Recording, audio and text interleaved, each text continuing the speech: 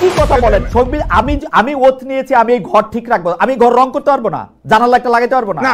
না না না, আপনি মালিক হলে পারবেন, আপনি পারবেন না।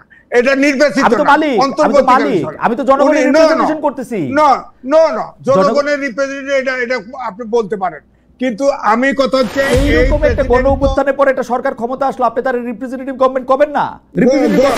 বাংলাদেশের বর্তমান সংবিধান অনুসারে রিপ্রেজেন্টেশনের বাইরে একদিনও কেউ থাকতে পারে না রে ভাই, তারা তো আমি বলি জনাব ওবায়দুল হাসান শাহীন করে করলে হবে না। এর আগে পৃথিবী প্রদক্ষিণ করছে 100 বার। ডক্টর মোহাম্মদ ইউনূসের বিদেশে যাওয়ার এত শখ নাই, সেটা করুক, তার নিজের প্রসাদে করুক। আমি আজিজ আপনার একটু মন্তব্য শুনতে চাইবো ছোট করে। স্পষ্ট বলেছেন যে এটা আসলে আইনি প্রক্রিয়া ছিল, তারা কোন আইনের বার্তায় ঘটান নাই। আমি খালেদ, আপনার কথাই আমি একমত। এটা সরকারের অযোগ্যতা, সরকার এই সমস্যা তৈরি করেছে, সরকার চালাকি করেছে। কারণ হচ্ছে সুপ্রিম কোর্টের রায়, সেটা ইলেকশন কমিশন প্রজ্ঞাপন দিয়ে দিছে, এলজিআইডি মিনিস্ট্রি ওথ পড়াবে, ওথটা বাকি ছিল। হ্যাঁ, সেটার ব্যাপারে এমন ভাবে আজিজ ভাই, এমন ভাবে আপনি বলতেছেন ওথটা বাকি, যেন ওথটা কিছুই না। ওথটা যে একটা কিছু, সেইটার জন্যই তো ওথ না হলে কেউ মেয়র হইতে পারে না, এই প্রভিশনটা রাখা হয়েছে। আচ্ছা ঠিক আছে, রাখা হয়েছে। আপনি সরকার, আপনি সরকার, আমি সরকার, আমি চালাকি করি। আমি প্রেসিডেন্ট, রাষ্ট্রপতি ওই ওথ অনুষ্ঠানে, অন্তর্বর্তীকালীন সরকারের ওথ অনুষ্ঠানে ছিলাম। সেখানে তো ওথ নিয়েছে এই চুপ্পু সাহেবের কাছে যে সংবিধান সম্মত রাখার, সংবিধান সম্মত রাখার জন্য ওথ নিয়েছে। সেই সংবিধান সংস্কার করে কিভাবে? এদের কি কথা বলেন? আমি ওথ নিয়েছি, আমি এই ঘর ঠিক রাখবো, আমি ঘর রং করতে পারবো না, জানালা একটা লাগাইতে পারবো না? না না না, আপনি মালিক হলে পারবেন, আপনি পারবেন না। এটা নির্বাচিত, আমি তো জনগণের রিপ্রেজেন্টেশন করতেছি। না না না, জনগণের রিপ্রেজেন্টেশন এটা আপনি বলতে পারেন, কিন্তু আমি কথা হচ্ছে এইরকম একটা গণ অভ্যুত্থানের পরে একটা সরকার ক্ষমতা আসলো, আপনি তার রিপ্রেজেন্টেটিভ গভর্নমেন্ট করবেন না? বাংলাদেশের বর্তমান সংবিধান অনুসারে রিপ্রেজেন্টেশনের বাইরে একদিনও কেউ থাকতে পারে না রে ভাই, তারা তো আপনি শোনেন, আমার চাইতে আইনের জ্ঞান আপনার কাছে বেশি আছে। আমি আপনাকে প্রশ্ন করি, আপনার ডক্টর মোহাম্মদ ইউনূস, তিনি 6 মাসের জেল ছিল, তার বিরুদ্ধে দুর্নীতির মামলা ছিল, তিনি কি নৈতিক কারণে সরকার প্রধান হতে পারে? তার বিরুদ্ধে খুবই প্রাথমিক অবস্থায় তার ওনার যে কোর্টে মামলা ছিল, তার উপরে আরো 3টা কোর্ট আছে ভাই। এরকম মামলা আমার আপনার বিরুদ্ধেও এখন থাকতে পারে। আজাদ সাহেব মামলা দিয়ে দিলে আপনার নামে মামলা হয়ে যাবে। না, শেষ করি, সেই কেসগুলোতে উনি নড়েন নাই, সেই কেসগুলো এক্সিকিউটিভ অর্ডারে খালাস করে দিয়েছে। 1 2 হলো, তিনি, আপনি খেয়াল করে দেখেন যে তিনি আপনার 106 অনুচ্ছেদ অনুযায়ী সুপ্রিম কোর্টের মতামত নিয়েছে প্রেসিডেন্ট, এটা প্রথমে বলা হলো, এখনো বলা হচ্ছে। এবং সেনা প্রধান বলেছিল যে আপনার 626 জন সেনানিবাসে আশ্রয় নিয়েছে। আমি নিজে বলেছি যে অন্তর্বর্তীকালীন সরকার কেন সেনা প্রধানকে জিজ্ঞেস করে না 626 জন গেল কোথায়? আমরা তো ভারতে দেখি, আমরা দুবাইতে দেখি। আমি বলি আজিজ ভাই আর্গুমেন্টটা বলেন যে 106 অনুসারে প্রধান বিচারপতি সহ 6 জন বিচারক বলছে। আমি ওইটাই শেষ করছি। যখন সেনা আইএসপি থেকে সেই তালিকা দেওয়া হলো, তখন দেখা গেল প্রধান বিচারপতি অ্যাপিলেট ডিভিশনের আরো জাস্টিস ওই সেনানিবাসে ছিল। তাতে অসুবিধা কি হয়েছে? আমি শেষ করি। তারপরে সেই 100 অনুচ্ছেদ অনুযায়ী মতামতটা কে দিল? উনারাই দিছে। আমি 5 আগস্ট ওখানে গেছি, 6 আগস্ট সকালবেলা গিয়ে হাইকোর্টে সাইন করতে পারবো না? এটা কি যুক্তি? করবেন, উনি তো নাই। কে বলছে? সে তো সেনানিবাসে ছিল। সেনানিবাস থেকে আসতে পারবো না, গাড়ি চলে না। আমি বলি জনাব ওবায়দুল হাসান শাহীন, করে করলে হবে না। আপনি শোনেন, তারপরে হাসনাতের নেতৃত্বে হাইকোর্টে মব ভায়োলেন্স হয়েছে, সব বিচারপতি ভাগায়। সেটা 9 আগস্টে কাহিনী, সেটা 9 আগস্টে কাহিনী। আমি আপনাকে বলি 9 আগস্টে কাহিনী। আমি আপনাকে বলি সেনানিবাস থেকে 6 আগস্ট সেনানিবাসন থেকে হাইকোর্টে যাইতে, কারণ সেই সময় রাস্তায় কারফিউর মতো বিভিন্ন জায়গায় বিভিন্ন ছিল, স্পেশাল গাড়িগুলির 35 থেকে 40 মিনিট লাগার কথা ম্যাক্সিমাম। সেটা সরকার কেন, প্রেসিডেন্ট যে মতামত চেয়েছিল সেই ডকুমেন্ট কেন আপনার শো করে না? শো করছে। 2 হলো, আপনি দেখছেন কেমনে? আপনি দেখছেন না? আমার কাছে কপি আছে, কোন কোত্থেকে আসছে কপি, কোত্থেকে আসছে কপি? কোন স্বাক্ষর থাকে না, স্বাক্ষর থাকে না, আমার কাছে কোন ইয়ারায়ের মধ্যে থাকে, এটা অনুস্বাক্ষর দিয়ে ইনিশিয়াল দিয়ে যায়, অনুস্বাক্ষর না, রেজিস্টারের স্বাক্ষর করা। হ্যাঁ তাই থাকে, তাই থাকে, তাই থাকে, তাই থাকে না, এটা রেজিস্টারের স্বাক্ষর করা যদি না থাকে তাই থাকে, তাই থাকে, রেজিস্টার জেনারেল তাই থাকে ভাই। বানাইছে ওটা, এখন ওই রেজিস্টারের সাইন কিনা কাকে জানে ওটা? এখন তো আপনি সবাই, আমি আপনাকে বলি 6 তারিখে এই জিনিসটা 106 তারা দিছেন, তারপরে তারা 7 তারিখে কোর্ট করছেন, 8 তারিখে কোর্ট করছেন, 9 তারিখে কোর্ট করছেন, 10 তারিখে হাসান আব্দুল্লাহর অন্যায় দাবির মুখে তারা পদত্যাগ করছে, সেটাও আমি মানি। কিন্তু 10 তারিখ পর্যন্ত তারা কি আপনাকে একবারও বলছে 106তে আমি সাইন করি নাই, প্রফেসর ইউনূসের এখানে আসা অবৈধ? একবারও বলছে? তাদের মুখে শুনছেন? তারা প্রকাশ্য কোর্টে প্রেসিডেন্ট কি প্রেসিডেন্ট শোনেন, আইন মন্ত্রণালয় থেকে এটা মুভ করছে, কে সাইন করছে জানি না। না না, এটা আমার কাছে চিফ জাস্টিস চেয়ারে তো বসছে তো, তারপরে ভাই 7, 8, 9 তারিখ তার চেয়ারে বসছে তো। প্রেসিডেন্ট কখনো বলছে যে আমি মতামত চেয়েছি? প্রেসিডেন্টের কাছে আপনি গেছেন? প্রেসিডেন্টের কাছে আপনি গেছেন? কে? আমার যাওয়া লাগবে না তো। প্রেসিডেন্ট তার বিপরীতে কি বলছে? প্রেসিডেন্ট তার বলে থেকে সরকার প্রধান আর রাষ্ট্রপ্রধানের তো, সরকার প্রধান আর রাষ্ট্রপ্রধান তো এটা প্রিভিলেজ কমিউনিকেশন, আপনি জানবেন না তো এটা? আমি তো ল অ্যাডভাইজারের কথা শুনেছি যে প্রেসিডেন্ট 106 অনুচ্ছেদ অনুযায়ী মতামত চেয়েছে, সুপ্রিম কোর্ট মতামত দিয়েছে, এটা বৈধ। সুতরাং এটা সাংবিধানিক সরকার। অবশ্যই সাংবিধানিক সরকার হলে সংবিধান সমুন্নত রাখার ওত নিয়ে সংবিধান সংস্কার করে কিভাবে বলেন আপনি? সংবিধান সংস্কার করবে না যারা সংবিধান সংস্কার করছে এখন পর্যন্ত 17 না 18টা সংস্কার, মানে অ্যামেন্ডমেন্ট চলে, তখন সংস্কার করেন না? না না না, সেটা নির্বাচিত সংসদ করেছে। এটা নির্বাচিত সংস্কার ছাড়া সংবিধান সংশোধন হয় নাই না, এটা বিপ্লবী সরকার করতেন। তাহলে কোনটা বিপ্লবী সরকার আর কোনটা কি সরকার? নির্বাচিত সংস্কার ছাড়া সংবিধান সংস্কার হয় নাই? না না না, অন্তর্বর্তীকালীন সরকার কোথায় করছে? যত দেশে 1 বছরের বেশি সরকার অন্তর্বর্তীকালীন সরকার লিঙ্গার করছে, সেই সরকারই। আজিজ ভাই, তর্কটা অনেক জায়গায় চলে যেতেছে, আমরা একটু জায়গায় আনি। আমার কাছে কিন্তু মনে হয় জনাব ইশাক সাহেবের ক্ষেত্রে সব আইনি প্রক্রিয়া অনুসরণ করে ইশাক সাহেবকে মেয়র হিসেবে শপথ পড়ানো হয় নাই। আমার কাছে মনে হয় ইশাক সাহেবের সাথে স্পেশাল সরকারের কোন রকম স্পেশাল মানে শত্রুতা নাই, কারণ জনাব শাহাদাত তো বিএনপি করতেন, জনাব শাহাদাতের মেয়র হইতে দিছে, ইশাক সাহেবের মেয়র হইতে দিবে না কেন? ইশাক সাহেবও বিএনপিই করে, তার তো কোনো অসুবিধা নাই। বরং শাহাদাত সাহেব বেশি দিন ধরে মেয়র থাকবে, উনি মাত্র 1.5 সপ্তাহ থাকতেন। এটা তো যদি পারতো তাহলে দিত তো।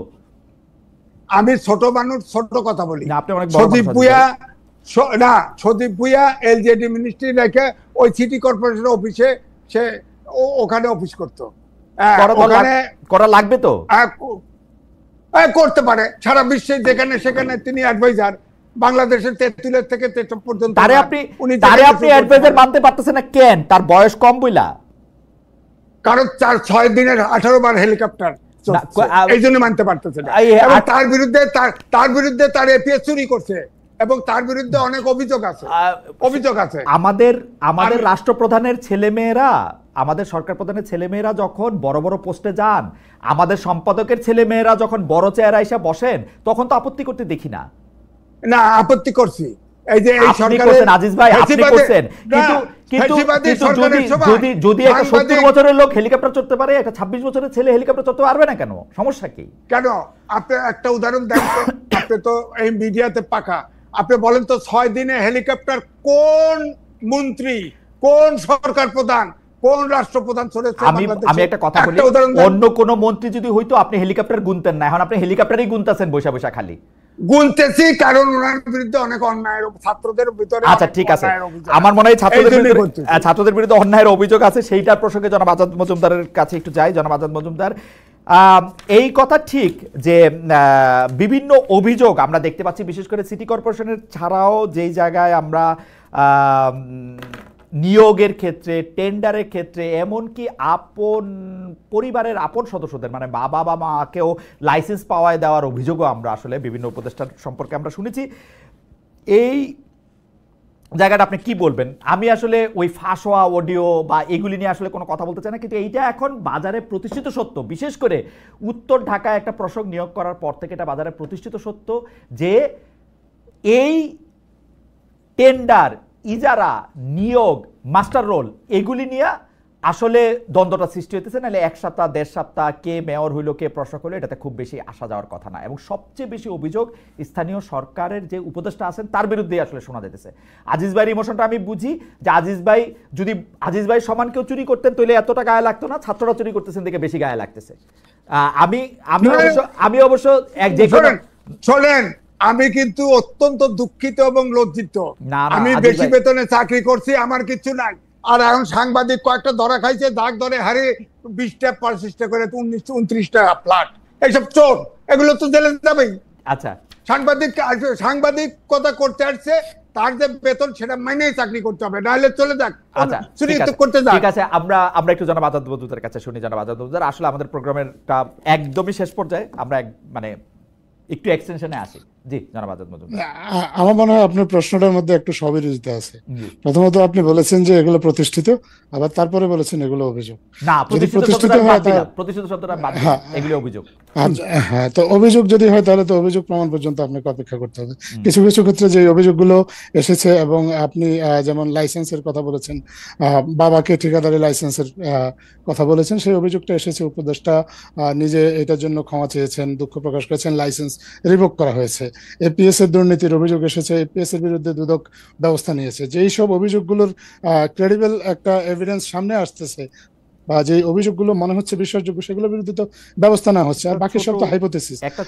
আপনি একটা ছোট প্রশ্ন করতে চাই, যে এই যে পিএস বা এপিএস এর বিরুদ্ধে অভিযোগ এসেছে, তাদের বিরুদ্ধে ব্যবস্থা নিয়েছে, আমার তো যতদূর জানা আছে পিএস বা এপিএস এর তো অত বড় এক্সিকিউটিভ ক্ষমতা নাই। যদি বড় সাহেবরা টাকা খায়ে ফাইল না ছাড়েন, পিএস তো কিছু করার নাই। পিএস যদি 20 কোটি টাকা চুরি করে, অবশ্যই 200 কোটি টাকা চুরি করছে হচ্ছে বড় সাহেব, এটা নর্মাল অঙ্ক। শেখ হাসিনার চোর যদি, শেখ হাসিনার পিয়ন যদি 400 কোটি টাকা চুরি করে থাকে, শেখ হাসিনা 40,000 কোটি টাকা চুরি করছে, সহজ হিসাব। না, আপনি এটা এরকম সরলীকরণ তো এভাবে করা সম্ভব না। তবে অভিযোগ যেহেতু এসেছে পিএস এর বিরুদ্ধে দুর্নীতির তদন্ত শুরু হয়েছে। এখন এই দুর্নীতির তদন্তে যদি উপদেষ্টার নাম আছে, তাহলে উপদেষ্টাকেও তদন্তের মধ্যে নেওয়া হবে, তা সেটা নিয়ে তো কেউ কোনো আপত্তি করবে না, বা আপত্তি করার কোনো সুযোগ নেই। প্রথম কথা হচ্ছে যে আপনি যার বিরুদ্ধে অভিযোগটা মূলত এসেছে, আগে তো তাকে তদন্তের আওতায় আনবেন, তার বিরুদ্ধে ইনভেস্টিগেশনটা কমপ্লিট হলে তারপরে আপনি বলতে পারবেন যে এইটার সাথে উপদেষ্টা জড়িত কি জড়িত না। তার আগে আপনি হাইপোথেসিসের ভিত্তিতে, অনুমানের ভিত্তিতে, আবার আমার মাঝে মধ্যে আমার আজিজ ভাই একটু আগে আবেগের বসে যেভাবে মানে আপনি বলে বসছেন যে হ্যাঁ, যেহেতু উপদেষ্টার পিএস দুর্নীতি করেছে অতএব উপদেষ্টা দুর্নীতি করেছে, এভাবে তো আসলে দুর্নীতির তদন্ত বা এগুলা হয় না। এগুলা প্রথমত যিনি যার বিরুদ্ধে অপরাধটার অভিযোগ এসেছে, তাকে তদন্তের আওতায় আনা হয়েছে কিনা এটা আপনি দেখবেন। তদন্ত নিষ্পন্ন হলে তারপরে আপনি দেখবেন সেই তদন্তে। এই ক্ষেত্রে তো আমি জনাব মজুমদার, মানে আমার ইয়াটা কি, যদি কোনো ব্যক্তিগত সহকারীর বিরুদ্ধে যখন দুর্নীতির অভিযোগ আসে, এটা অবশ্যই ইন্ডিকেট করে যিনি তার মানে কর্মকর্তা, তার বিরুদ্ধেও আসলে অভিযোগটা তদন্ত করা দরকার। দুদকের তো ঘোষণা দিয়ে এখন জনাব আসিফ মাহমুদ সজীব ভাইয়ের বিরুদ্ধে, জনাব ফয়েজ আহমদ তৈয়বের বিরুদ্ধে দুর্নীতির অভিযোগ তদন্ত করা দরকার, ঘোষণা দিয়ে কিন্তু। এবং তাদের কিন্তু স্টেপ ডাউন করার কথা, যেহেতু তাদের কর্মকর্তারা দুর্নীতি করতেছেন, তারা হচ্ছে উপযুক্ত তদন্তের স্বার্থে তারা স্টেপ ডাউন করে তাদের কর্মকর্তারা দুর্নীতি করেছেন এইটার অভিযোগ যদি এসেছে, তারা তাদের এই দুর্নীতির তদন্তকে বাধা দিয়েছেন? বাধা তো দেননি। তারা তো এই দুর্নীতি আজাদ ভাই চেয়ারে বসে থাকলে এটা খুব মুশকিল, বাংলাদেশে খুব মুশকিল ভাই। মন্ত্রীর বিরুদ্ধে দুর্নীতির তো অভিযোগটা আসেনি, এসেছে হলো পিএস এর বিরুদ্ধেই আসে। আপনি সুরঞ্জিত সেনগুপ্তের কথা আপনাকে মনে করাই দেই, সুরঞ্জিত সেনগুপ্তের 70 লাখ টাকা কিন্তু তার সহকারী এবং তার ড্রাইভারের গাড়িতে ছিল, কথিত অভিযোগ। তার জন্য শুধু তার মন্ত্রিত্বই যায় নাই, তার 40 বছরের ক্যারিয়ার শেষ হয়ে গেছে, কিন্তু পলিটিক্যাল ক্যারিয়ার। নাকি ক্যারিয়ার কি আদৌ শেষ হয়েছে? আমার তো মনে হয় না ক্যারিয়ার শেষ হয়েছিল। আপনি সেটা তর্ক করতে পারেন, কিন্তু তাহলে তখনও তো তার পিএস এর সাথে যুক্ত ছিল ভাই। সুরঞ্জিত সেনগুপ্ত কি জেলে গিয়েছিলেন এই ঘটনার পরে? আমি তো আসিফ মাহমুদ সজীব ভাইয়ের জেলে যাইতে বলতেছি না, স্টেপ ডাউন করতে বলতেছি, দপ্তর ছাড়া বলতে বলতেছি। আসিফ মাহমুদ সজীব ভুঁইয়ার বিরুদ্ধে যদি দুর্নীতির অভিযোগ আসে, অবশ্যই উনি স্টেপ ডাউন করবেন। কিন্তু যতক্ষণ পর্যন্ত অভিযোগটা না আসছে, একটা তদন্তাধীন বিষয়ে আপনি যদি বাড়িয়ে আসিফ মাহমুদকে এবং ফয়েজ আহমেদ তো বলেন, তাহলে তো আমি তো বলবো যে আপনি তারা দুইজন ভালো লোক হইতে পারেন, কিন্তু তারা তো উপযুক্ত তদন্তের স্বার্থে উপযুক্ত তদন্ত? আমি তো বলবো যে আপনি নিজেও তদন্তটা প্রভাবিত করার চেষ্টা করছেন, যদি এরকমই আপনার পারসেপশন হয়। আপনি যখন একটা কারো বিরুদ্ধে অভিযোগ এসেছে, প্রথমত তদন্তটা চলতে দেন। তদন্তটা একটা পর্যায়ে গেলে, যদি তদন্ত চলাকালীন সময়েও যদি তদন্তকারী কর্মকর্তা মনে করেন যে এই দুর্নীতির সাথে অন্য কেউ সম্পৃক্ত আছেন, তাহলে তো তার বিরুদ্ধে ব্যবস্থা নেওয়ার সুযোগ আছেই। আর এই সরকার তো অনন্তকাল না, এই সরকার আর অল্প কিছুদিন পরেই ক্ষমতা ছেড়ে দিচ্ছে। আমার মনে হয় যে জনাব Azad Majumdar has a fair point, যে এটা আসলে তদন্ত তো সবসময় করা যায় এবং এটা উনি করতেই পারেন। আমরা একটু আজিজ ভাইয়ের কাছ থেকে 1 মিনিট শুনে আমরা অনুষ্ঠানের শেষ পর্যায়ে চলে গেছি। 1 মিনিট শুনে তারপর আবার জনাব আজাদ মজুমদারকে আমরা 1 মিনিট শুনে আমরা আজকের অনুষ্ঠান এখানে শেষ করবো। তার আগে একজন দর্শকের একটু মতামত দিতে চাই। এতবার তিনি মতামতটি পাঠিয়েছেন, কিন্তু তার নামটি আমি ঠিক বুঝতে পারতেছি না। তার নামটি বলা হচ্ছে হেকা, HEKA। তিনি বলছেন যে খালেদ মহিউদ্দিনও ঠিক তেমন একজন, কেমন আমি জানি না, স্পষ্টভাবে একজন বাংলাদেশ বিরোধী। তার বিচার হবেই, সময় হলে চোখের সামনে সব দেখতে পাবে। ইতিহাস কাউকে ছাড় দেয় না, আর এই দেশ ভুলে না। আমার বিচার হবে, কারণ আমি আজাদ মজুমদারকে এবং জনাব এম এ আজিজকে অনেকগুলি প্রশ্ন করেছি, সেই জন্য আমার বিচার হবে। ঠিক আছে, বিচার হলে তো আমি মানতে রাজি আছি। জনাব আজিজ, জনাব না, আপনি তার আজিজ ভুইয়া না, জনাব এম এ আজিজ, আপনি যদি আমাদের আজকের অনুষ্ঠানে। বিষয়টা হলো, এই সরকারের আমলে আপনার বিচার হওয়ার কোনো, আমার মনে হয় সরকারের পক্ষে সম্ভব না। বিএনপি আসলে বিচার করবে না, 10 মাসে একটা কেসের চার্জশিট দিয়েছে। সুতরাং এই যে আজাদ মজুমদার যে বললো সবার অভিযোগ আছে, তদন্ত হচ্ছে, তদন্ত ওনার আমলে হবে না। আমার মনে হয় এই সরকারের আমলে তদন্ত হয়ে ফিনিশ হয়ে যাওয়া। কিন্তু জনাব আসিফের বিরুদ্ধে অভিযোগটা কি? অভিযোগই তো নাই। অভিযোগ নাই, তার বাপ কমিশন খায়, তার বাপেও না সেটা তো ভাই, আপনি তো সেটা হিয়ারসে বলতেছেন ভাই, আপনি শোনা কথা বলতেছেন, সেটা আমারও কইতে পারেন যে খালেদ আপনি কমিশন। আমি শোনেন, তিনি হেলিকপ্টারে দৌড়াইছেন, মিনিস্ট্রি থেকে হেলিকপ্টার ভাড়া দিয়েছেন, 30 লক্ষ টাকা ভাড়া দিয়েছেন, 10,000 টাকার 15,000। আজিজ ভাই, আপনি একটু হেলিকপ্টার থেকে নাইমা আসেন। হেলিকপ্টার আমাদের মন্ত্রীদের হেলিকপ্টারেই চড়া উচিত সময় বাঁচানোর জন্য। আচ্ছা ঠিক আছে, চলুক, এটা অন্য কথা। উনি ছাত্র, উনি হেঁটেও যেতে পারেন, ওনার শরীরে মন্ত্রী, এই জন্যই তো বলছি 100 টাকা আম পাকাইলে ওইরকমই হয়। আমি বলি, আম কিলা পাকাইলে ওইরকম হয়, আমের টেস্ট হয় না, এটা মনে রাখেন।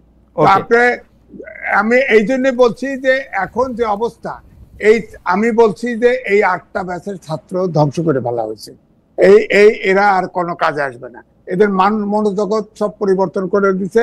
এরা এই বিজ্ঞানের যুগে সব সার্টিফিকেট নিয়ে বগল দাবা করে ঘুরতে হবে, এদের কোনো কিছু। আমি লিখছি, বিরাট করে সমকালে লিখেছি যে আমাদের দেশে বুয়েট সহ, শেষ বুয়েট সহ একটি যোগ্য নয়, কিন্তু ডক্টর মোহাম্মদ ইউনূস তাদেরকে ব্যবহার করতেছে, যতগুলো জায়গায় ব্যবহার করতেছে, তাদের বিচারও করবে না, তাদের অভিযোগও শুনবে না।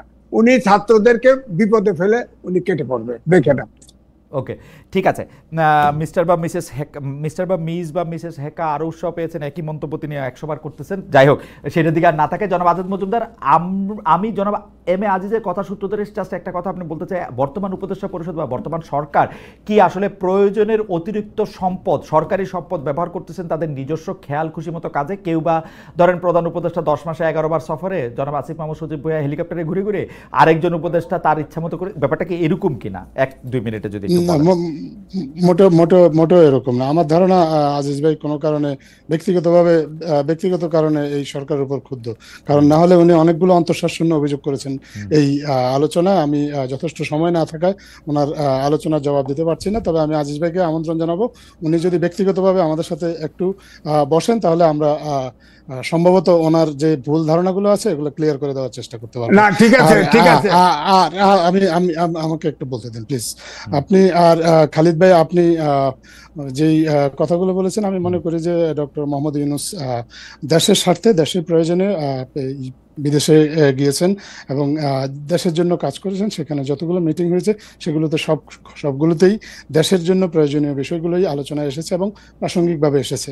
জনাব আসিফ মাহমুদ সজীব ভুঁইয়া, উনি সরকারি একটা দায়িত্বে আছেন, সরকারি দায়িত্বে প্রাধিকার বলে উনি যদি হেলিকপ্টারে চড়েও থাকেন, আমি এটার মধ্যে অন্যায় কোনো কিছু দেখি না। প্রথমত ওনার সময় বাঁচানোর প্রয়োজন, দ্বিতীয়ত ওনার নিরাপত্তা প্রয়োজন, তৃতীয়ত হচ্ছে আপনার তাকে কাজ করতে হবে এবং কাজের জন্য কাজের প্রয়োজনে দেশের এক প্রান্ত থেকে এক প্রান্তে তার যেতে হতেই পারে। এটা উনি যদি বিধি বহির্ভূতভাবে মানে আমার মনে হয় যে সময় বাঁচানোর জন্য হেলিকপ্টারে চড়া, স্বাস্থ্য ঠিক রাখার জন্য ফুটবল খেলা, পুরস্কার নেওয়ার জন্য লন্ডন যাওয়া, সবই ঠিক আছে। আসলে আমি এর প্রত্যেকটাই ঠিক দেখি।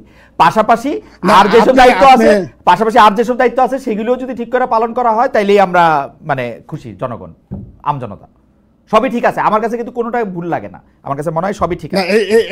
এইটা যদি আপনি সার্কাস্টিক করতে বলে থাকেন তাহলে আমি মনে করবো যে এটা খুবই দুঃখজনক। কিন্তু আমি মনে করি যে ওনারা দেশের জন্য কাজ করছেন, ওনারা ওনাদের দায়িত্ব পালনের জন্য যতটুকু প্রয়োজন ততটুকুই করছেন, এর বেশি কিছু না। ওকে, ঠিক আছে। আমার না, আপনি আর বলেন আজাদ ভাই আমাদেরকে বলাটা এটা শেষ করছে এবং খুবই নাইসলি এটা শেষ করছে। আপনি আরেকটা মানে ভালো কথা কি বলবেন জনাব আজাদ মজুমদারের প্রশংসা করে কথা বলবেন? জি বলেন। আমি আজাদ মজুমদারের কাছে জিজ্ঞেস করতেছি, 11 বার ভিজিট করেছে সরকার, এইটা আরেকদিনের প্রসঙ্গ। এইটা জনাব আজাদ মজুমদার পরিষ্কার করছে যে দেশের স্বার্থে গেছে উনি যদি বিদেশ যাওয়াটা যদি ওনার ব্যাপারে ডক্টর মোহাম্মদ ইউনূস এর আগে পৃথিবীর প্রদক্ষিণ করছে 100 বার। ডক্টর মোহাম্মদ ইউনূসের বিদেশে যাওয়ার এত শখ নাই, সেটা করুক, তার নিজের পোশাকে করুক। সে একটা রুম আজাদ মজুমদার একটা রুম ভাই লন্ডনে আপনি একটা রাষ্ট্রপ্রধান রাখবেন, সেখানের মধ্যে আপনি একটা রুম দিবেন না যেটার ভাড়া 4000 পাউন্ড? ওটা তো তার প্রাইভেট ভিজিট, 3.5 কোটি টাকা ভাড়া দিয়ে আইছে। প্রাইভেট ভিজিট না, এটা প্রাইভেট ভিজিট না, যেটা পরিষ্কার করছে জনাব Azad Majumdar. British high commissioner এসে দাওয়াত দিয়ে গেছে, যেটা বলছে ব্রিটিশ হাই কমিশনার এসে দাওয়াত দিয়ে গেছে। আরে ব্রিটিশ কে? আমাদের বাংলাদেশের না, বাংলাদেশের না,